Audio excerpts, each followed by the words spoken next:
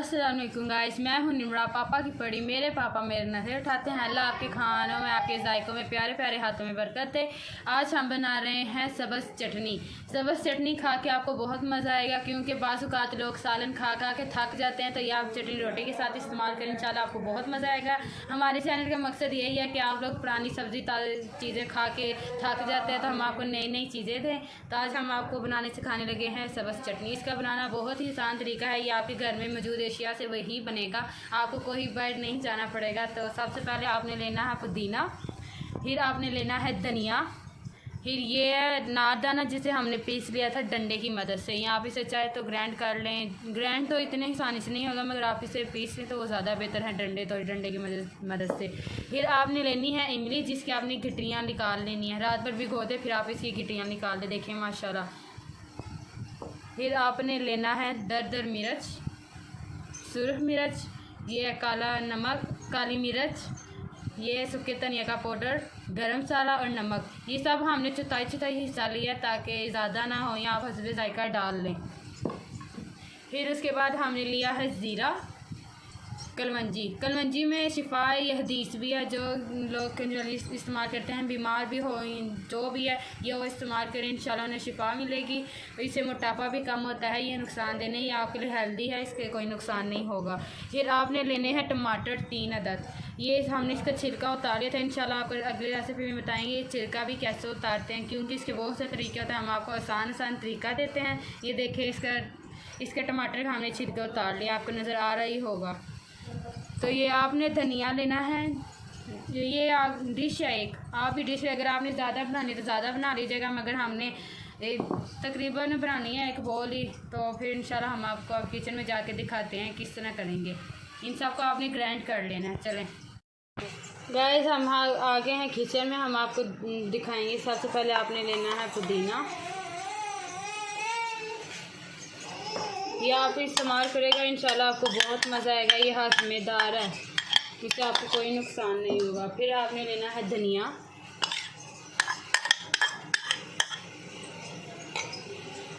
फिर आपने लेने हैं टमाटर जिसके हमने छिलके उतार लिए थे।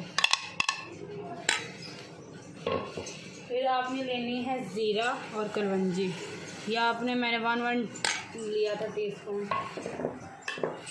और ये सारी चीज़ें आपने डाल देनी है। ये इमली का पेस्ट देखिए, ये हमने इसकी गिटरियाँ निकाल ली थी। इसके बीच हमने डाल दिया है और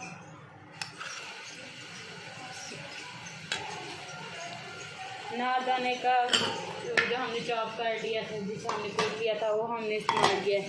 अब आपने इसे ग्राइंड करना है। ये देखिए गाइस, हमने ये सब कुछ डाल दिया। अभी आपने थोड़ा सा पानी डालना है।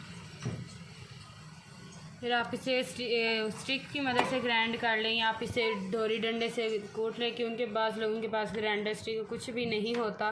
तो आप इसे स्टिक में या ग्राइंडर में कर लें, या डोरी डंडे से कर लें। माशाल्लाह कितना प्यारा हो रहा है। इस तरह आप इसको स्टोर करेगा। हम आपको साथ स्टिक बताएंगे क्या क्या करनी है। अगर आपने थोम के छिलके उतारने हैं, इंशाल्लाह मैं आपको वो भी बताऊँगी कैसे सारे, क्योंकि आसान तरीका यही है। आप हमारे चैनल पर देख रही हो, बहुत आसान तरीके हम लाते हैं आपके लिए, ताकि आप मुश्किल ना आपको पड़े, क्योंकि टाइम बहुत शॉर्ट होता है, फिर इकट्ठे सब हो जाते हैं, तो फिर ये करना बहुत मुश्किल होता है। इसलिए आपके लिए आसान से आसान तरीके मैं लेके आती हूँ, ताकि आप हमारे चैनल को देखें माशाल्लाह कितनी अच्छी लग रही है। इसे आप इस तरह ही ग्राइंड करें। देखिए गाइस, हमने इसके चम्मच से चेक किया, देखें अच्छे तरीके से ग्राइंड हो गई। हमने इसे सारा ग्राइंड कर दिया था, आप इसे ग्राइंड कर लीजिएगा। देखें आप इसे बनाए तो इंशाल्लाह बहुत आपको मज़ा आएगा। देखें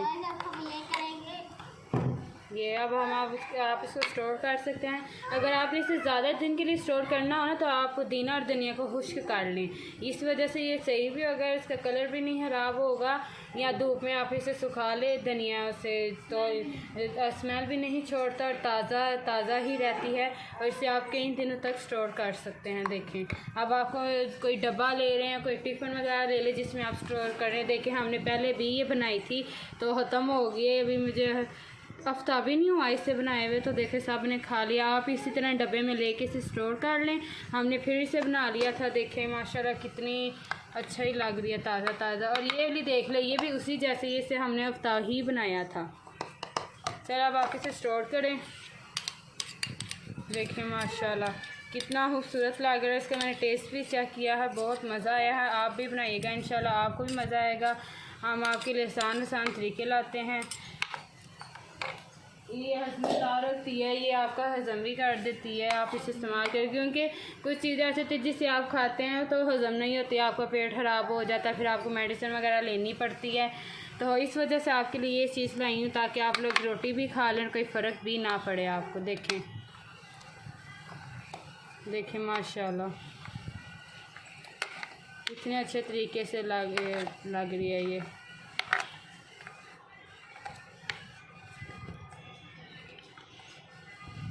आप इसे खाएं तो सालन ही आप लोग भूल जाएंगे, सालन भी कोई चीज़ होती है। इंशाल्लाह इसके साथ ये खा के आपको बहुत मज़ा आएगा।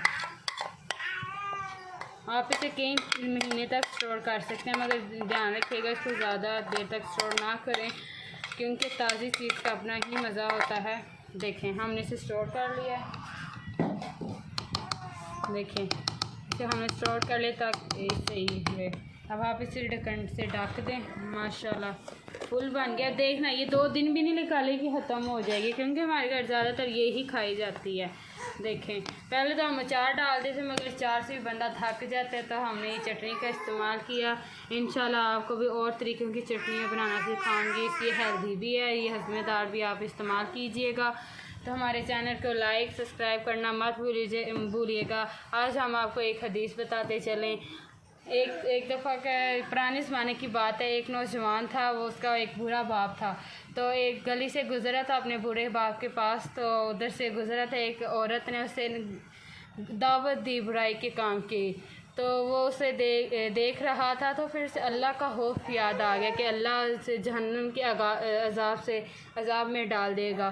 फिर वो उधर ही बेहोश हो गया। फिर इसका बुरा बाप गई, इतने घंटे हो गए घर नहीं आया। इसका बुरा बाप गया और अपने साथियों को, अपने गांव वालों को लेकर गया कि क्या माशा, मेरा बेटा अभी तक नहीं आया।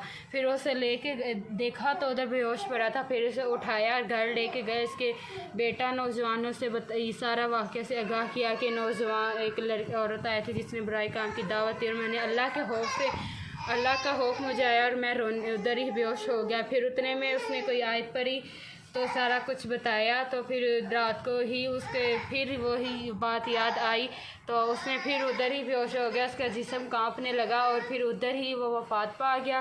फिर उसको गुस्ल वगैरह दिया, तो रात को ही इसको कफन दफन सारा कुछ करके कब्र में डाल दिया गया।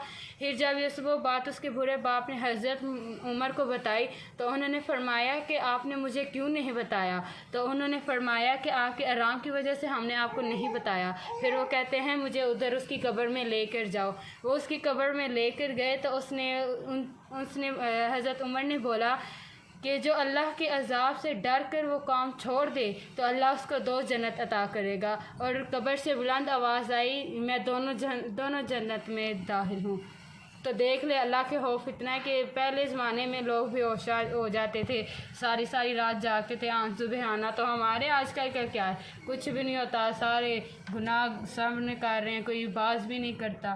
तो आप भी अल्लाह के खौफ से डरें। अज़ाब बहुत अहमी चीज़ है, इतनी अज़ाब होता है। आप अल्लाह से माफ़ी मांगिए, 5 वक़्त की नमाज़ पढ़ें, इंशाल्लाह अल्लाह आपको माफ़ कर देगा। तो इंशाल्लाह फिर मिलेंगे। आप हमारे चैनल को लाइक सब्सक्राइब करना मत भूलिएगा।